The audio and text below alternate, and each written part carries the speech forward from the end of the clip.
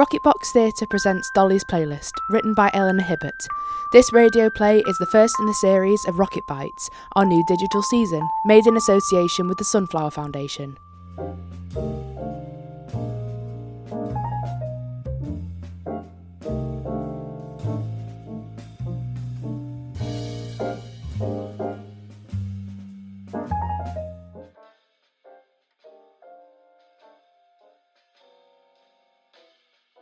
I always thought I was going to be a jazz singer.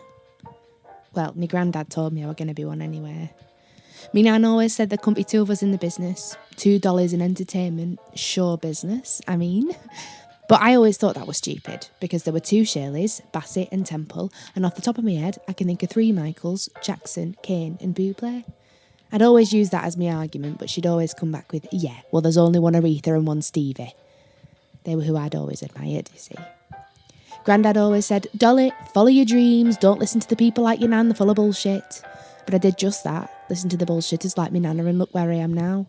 It's not really Amy Winehouse, is it? God, she was fantastic, wasn't she, eh? A beautiful soul, so troubled yet so talented. An amazing artist. Well, I mean, all the best ones are, aren't they? It's what fame does to you, messes you up. And you're all probably thinking, yeah, and how would you know, Dolly? And no, I'm not actually a real jazz singer. There's not some knobheads following me around with a camera waiting for the big reveal of Dolly Dobbs, singer extraordinaire. I'm not going to burst out into song and unveil the set for some Saturday night TV. Oh, yeah, well, it's obvious, isn't it? Little Amy singing her way through Frank, she were fab. But as she got into all the hard drugs and that, and they tried to make her go to rehab, and she said, no. Well, she were a mess. And she became a member of the 27 Club. Such a bloody waste.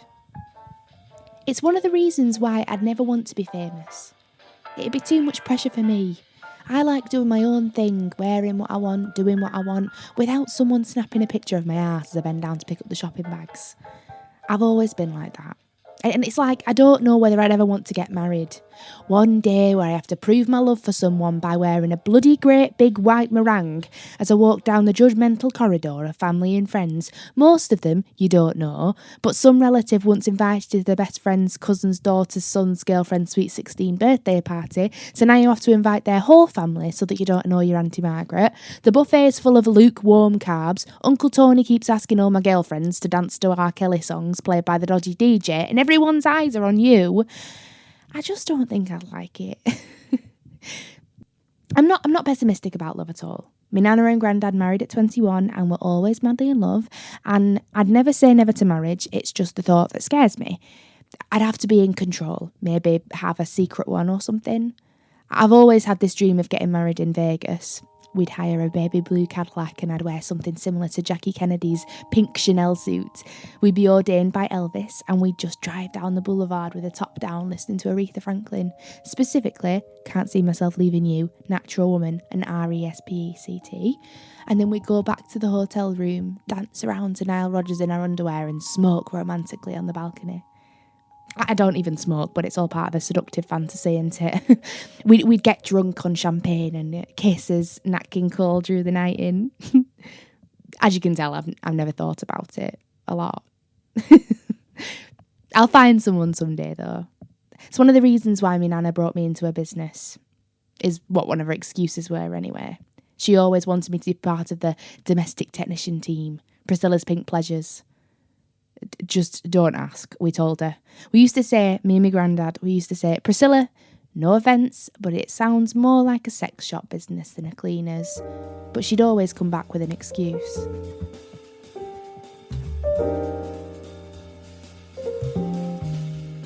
Luke, what's my name? Priscilla, yeah. Now what am I wearing and what colour is it? A pink tabard. And why do people get their houses cleaned? Don't be a smart-ass. People get their houses cleaned so that when they arrive home after a terribly busy day at work, they have a pleasurable experience as they walk through the door. Oh, Jonathan, grow up. Stop laughing. Look, that lady at that meeting, what was she called, Dolly?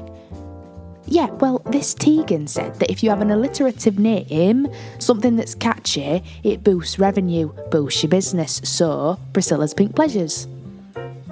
Why, Jonathan? You're bloody sex mad, you are. Do you ever stop thinking about sex? Sex. That's all he ever talks about, Dolly, and if I'm going to be honest, it's getting on my wick. Valerie's husband takes her out. She doesn't just sit at home while her hormonal husband mopes around the house making sheds. No, they go to Café La Rouge and have continental breakfasts. She doesn't live in a conjoined house like us. She lives in a detached 19th century cottage, Jonathan. Oh, don't you dare say that again, Jonathan. We do not live in a terrace. It is simply conjoined on one side and the houses are simply connected. And anyway, Valerie has underfloor heating and all. Wouldn't that be great, Jonathan? You might actually remember to take your shoes off at the front door. Yeah, let's change the subject. Dolly, how do you fancy being new manager? Julie's just gone off on maternity and bloody Claire's just found out she's 5 months gone. They're all popping him out. We're hiring a new girl, Rebecca, but she's only 16. Because you're my granddaughter, that's why. I want to keep it a family business. Now, do you want to or not? I'll only ask you once. Oh, fantastic.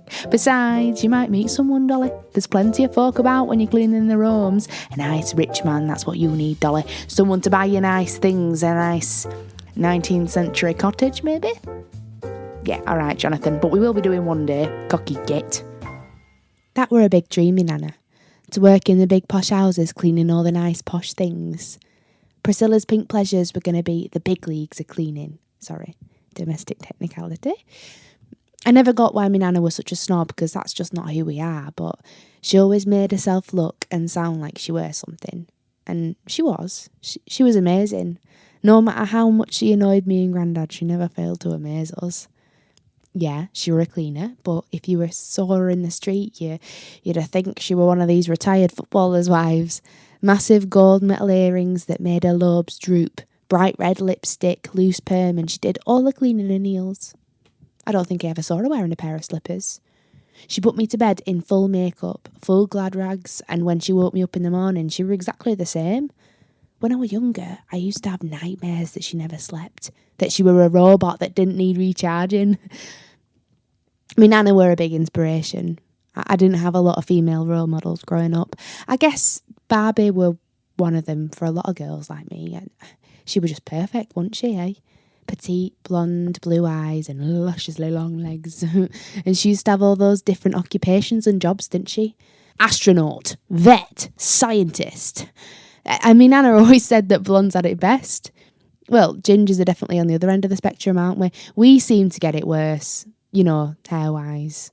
I'd often sit out on the benches at school eating me cheese and ham butties and it'd be, "Oi, Dolly, do the curtains match the drapes?"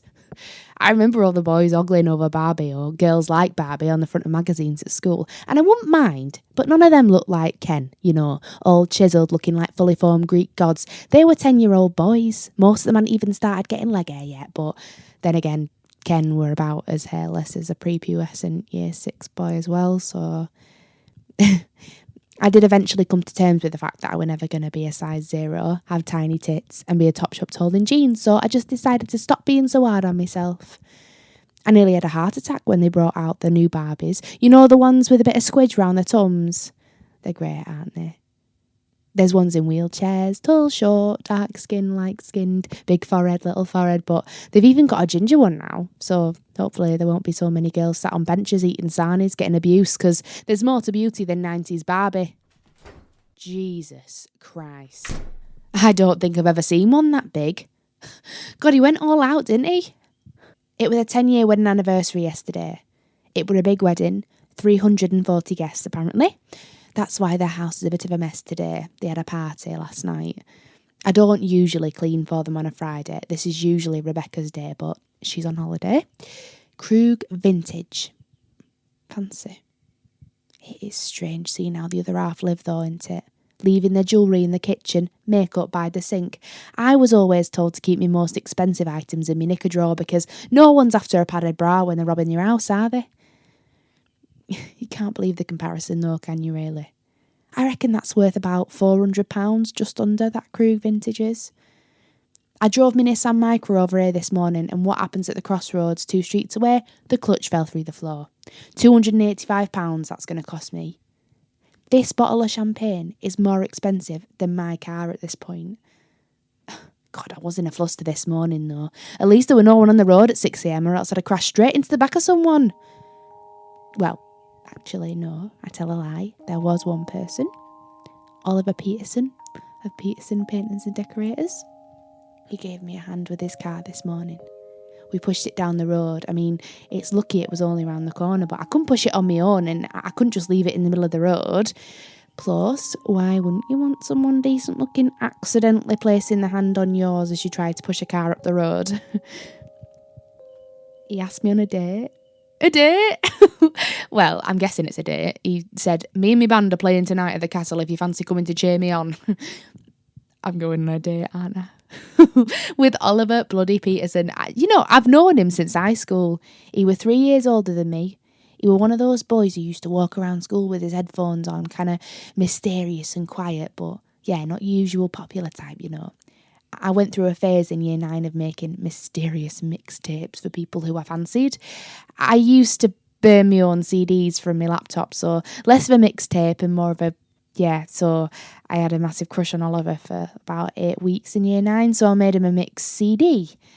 My granddad helped me make it, which now looking back is unbelievably embarrassing, but yeah, there were 6 songs on the CD, but the worst bit was that I recorded my own little poems in between, as like transitions.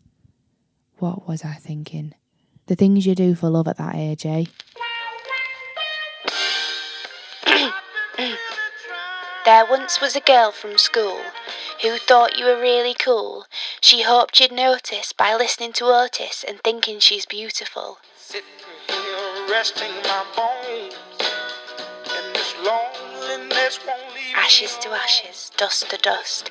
I don't know if you think I'm fit, but I have a great bust. 'Cause you make me feel, you make me feel, you make me feel like an angel. Shall I compare thee to a summer's day? Shall I compare thee to a summer's day? Thou art more sweaty and more hot. I don't care if the sun don't shine. I get my lovin' in the evening time when I'm with my baby. Roses are red, violets are blue. I think you're great. I fancy you.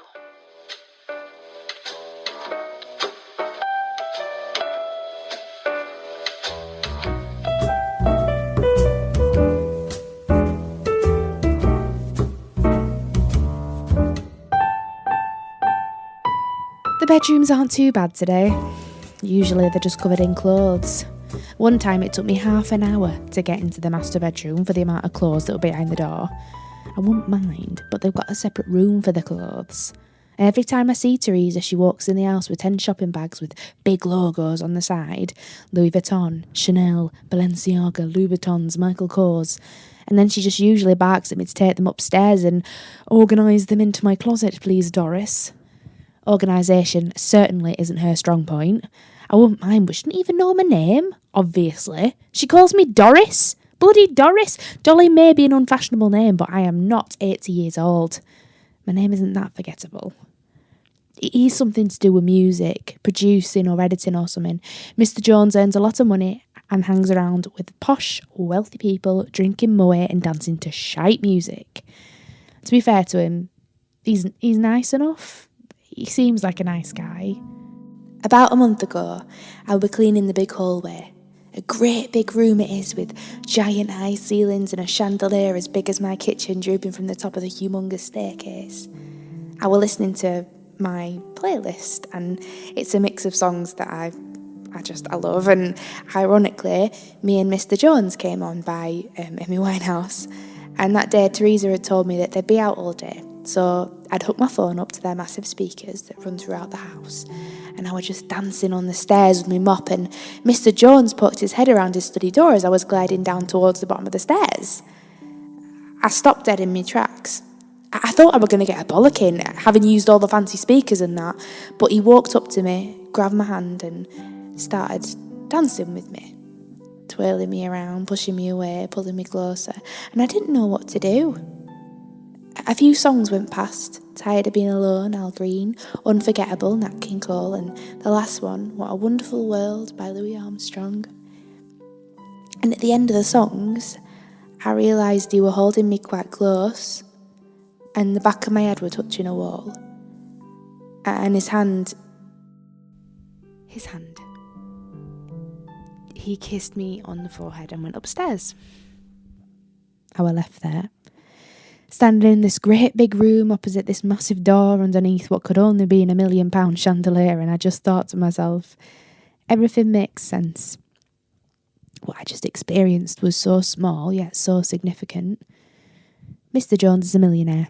I'm a cleaner, his employee, and we shared a moment, tender and important. I'd never even shook hands with Mr. Jones, let alone having him that close to me for 5 minutes, moving his hands around and placing his lips on my forehead. And then forget that. 2 worlds colliding. He winks at me now, behind Teresa's back. Looking back on it now, I'm not sure whether it was supposed to be romantic, but I've never thought of him like that. We've never been alone together in the house since, so we haven't been able to dance again. I don't think Teresa would be particularly impressed if she found out, though. She's quite salty towards me.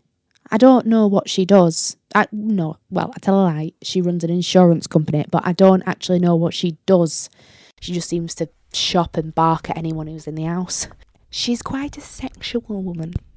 I don't know whether that's the right thing to say, but she's always walking around in her underwear and like a see-through dressing gown type thing. Maybe that's what people do when they have a lot of money. You know, like walk around being sexy in their expensive environments. I don't know. She's very intelligent. I overhear her on the phone sometimes saying numbers and shouting at people to pull their heads out their asses. Yeah, I don't know whether I dislike her, admire her, or I'm scared of her actually. She just seems to have this presence that I don't seem to have. Maybe I want to be a friend. I think jealousy is the main cause for everything. She seems to have got everything me nana wanted for me. Money, intelligence, runs her own business, a happy life with a rich husband, and an amazing pair of tits. Come to think of it, Priscilla just wanted me to be secure. She died nearly 2 years ago. For the past year, I've had to tell my granddad every night after work that she's gone. He's got dementia. He's not at home anymore. He got quite bad. Kept going into the corner shop and stealing Tangfastics. He forgets who I am. I always felt like a bit of a burden for me nan and granddad. Well, they couldn't go on the Saga cruises and the coach trips to the Highlands with a 1-year-old to look after. But they never said I were a burden. No. Me nana were obsessed with making sure I was succeeding in something, actually. It were like her own personal hobby. Don't get me wrong, having my own cleaning company is great. The money's not awful, all the girls are lovely, but if I were like Teresa, Priscilla would be so proud. Something that I could say I did myself. Nana were always the light and soul of our house. Even if she did drive us up the wall, her energy was what kept us, together. She wasn't the one who introduced me to the music, though. Me and my granddad used it as a language to keep ourselves sane. It talks to me. Modern style music just doesn't seem to have that conversation with me like old music does. Doesn't make me feel like I'm in good company. The people that I admire, Aretha, Etta, Stevie, Al, Louis, Nat, they put their heart and soul and emotion into everything that they do, every performance, every recording, because that style of music wouldn't let them do anything else. And that's what I'm trying to do, really. I put my heart and soul into everything I do in order to eventually reach that point where I feel happy with myself. Again.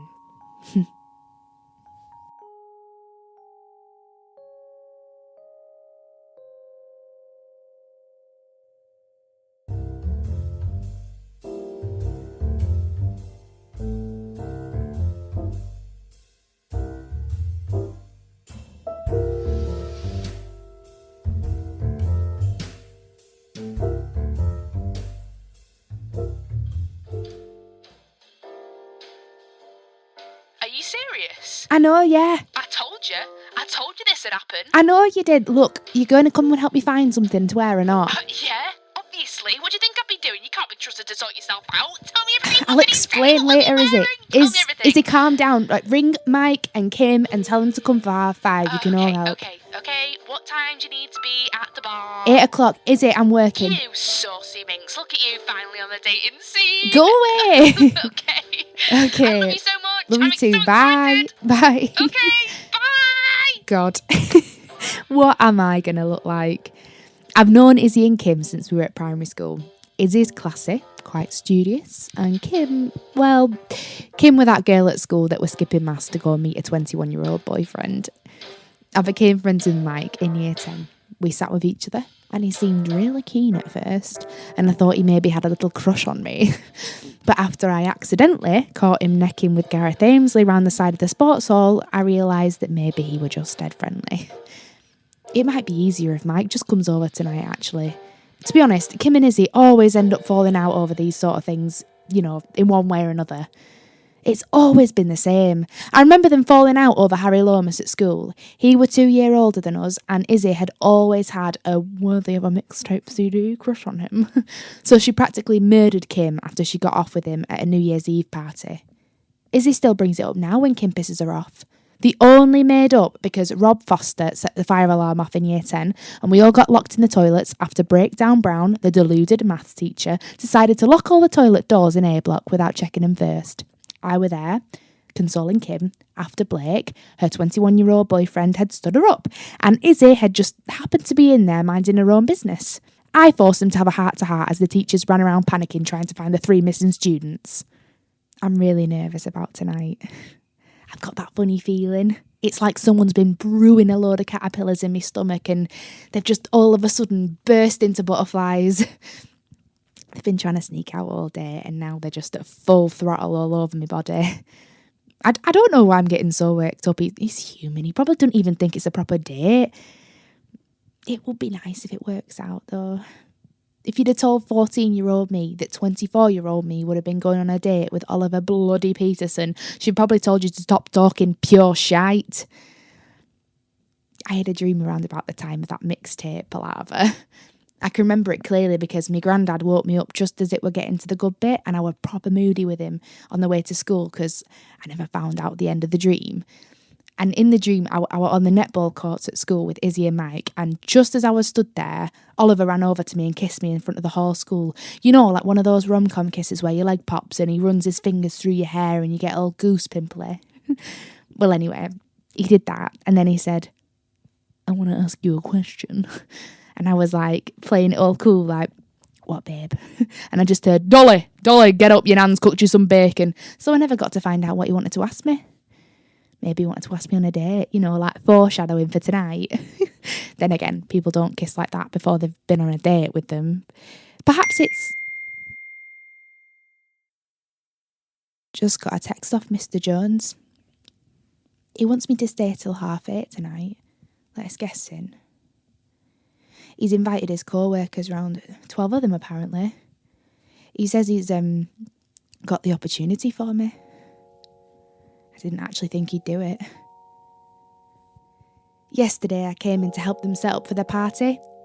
Teresa said she'd pay me double rate if I came in, so it were a no-brainer really. Whilst I was setting up the shiny bunting in the living room, Mr. Jones came and sat down and had a chat with me. He asked me what I'd wanted to be when I grew up. A jazz singer. I laughed. He kind of raised his eyebrow and asked me a few questions why, and I gave him some reasons, and he stood up and he asked me to sing. I don't sing in front of people, just me granddad occasionally. It's more of a hobby than an ambition these days. Oh, come on. You can sing in front of me, doll. You know what I do, don't you? Just sing, I might be able to pull a few strings for you. I don't like people calling me doll, probably because of the whole Barbie fiasco. I also noticed that he were a little sway-y, if you know what I mean. We stood there for about 10 minutes whilst he tried to coax me into singing. Oh, come on, doll. You're beautiful, and if you're talented, well, we might just be onto a winner there, eh? At this point, he got a little closer to me. I didn't really know how to react or feel. Cornered, I guess, was what it felt like. I've seen you, doll. I've seen you, your potential, you work hard, your passion. Imagine the story. A cleaner, working away, singing a little heart out. Her boss notices her, a guy who knows a little bit about music, and decides to introduce her to his mates. And bam, she's out of a crappy little tabard and into the music world. What do you think? Well, it all seemed a little far-fetched to me, and cliche, but I couldn't really say that to his face, could I? At this point, he were probably arm's distance away from me. I don't think He kissed me. Quite hard. I didn't know how to react. Again, I just felt, cornered. His hand... Tony, I need a hand or something. So luckily the hand... Teresa, well, she, I mean, maybe I should stay tonight. I could let them all in and get out the nibbles and the wine and whatever, and then with my trusty old friend Mr. Brush by my side, I could be casually brushing past the Grand Hall singing a bit of Patti Page. One of them might have faith in me and I might become a famous jazz singer. Then, when I'm famous, Oliver will come and see one of my shows and he'll fall in love with me. Or I might just be finished in time to slip into the back of the pub before Oliver's band stops playing. I could change my second name to something more demure, more exciting, like Dolly Monroe. Or I could just be Dolly, Dolly. Imagine that. I'd call my friends the Dolly Mix for sure. Mr. Jones again. And I need you to do me a favour first.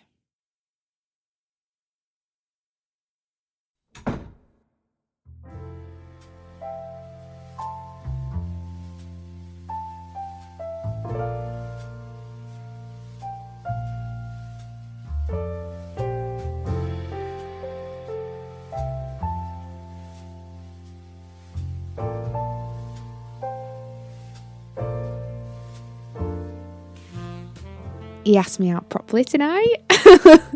We're going to the fancy restaurant on Porter Street. When I got to the castle last night, he ran straight over to me. Izzy came and Mike gave me the nod of, "Go with him, you tit!" And he'd saved us some seats at the bar. It were a dead good view of the band.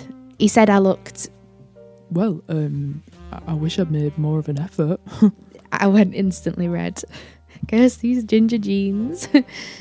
He bought me a drink, a large gin and tonic, and he kissed me on the cheek.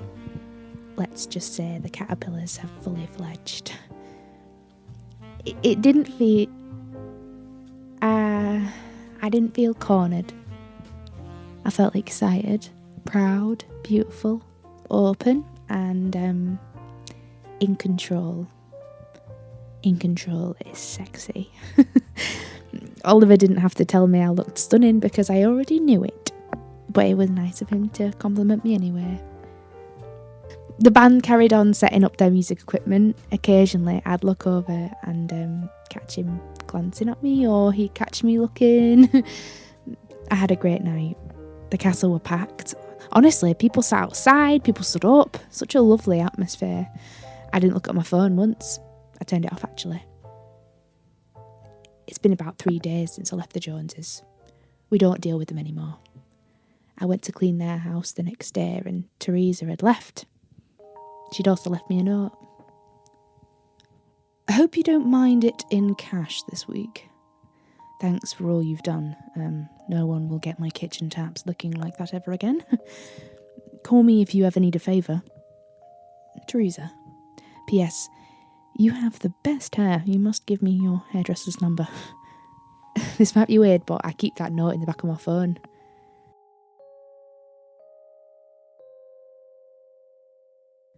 At the end of the gig, he walked me home. He has small hands for a bass player. There once was a boy from school who thought you were really cool. He hoped you'd notice by listening to Otis and thinking he's beautiful. You bastard. You absolute bastard. Oh, it's Shakespeare quality poetry. Oh, fuck off. So what are you doing on Friday night? I'm thinking of a proper meal at that nice place on Porter Street. I hear they play good music.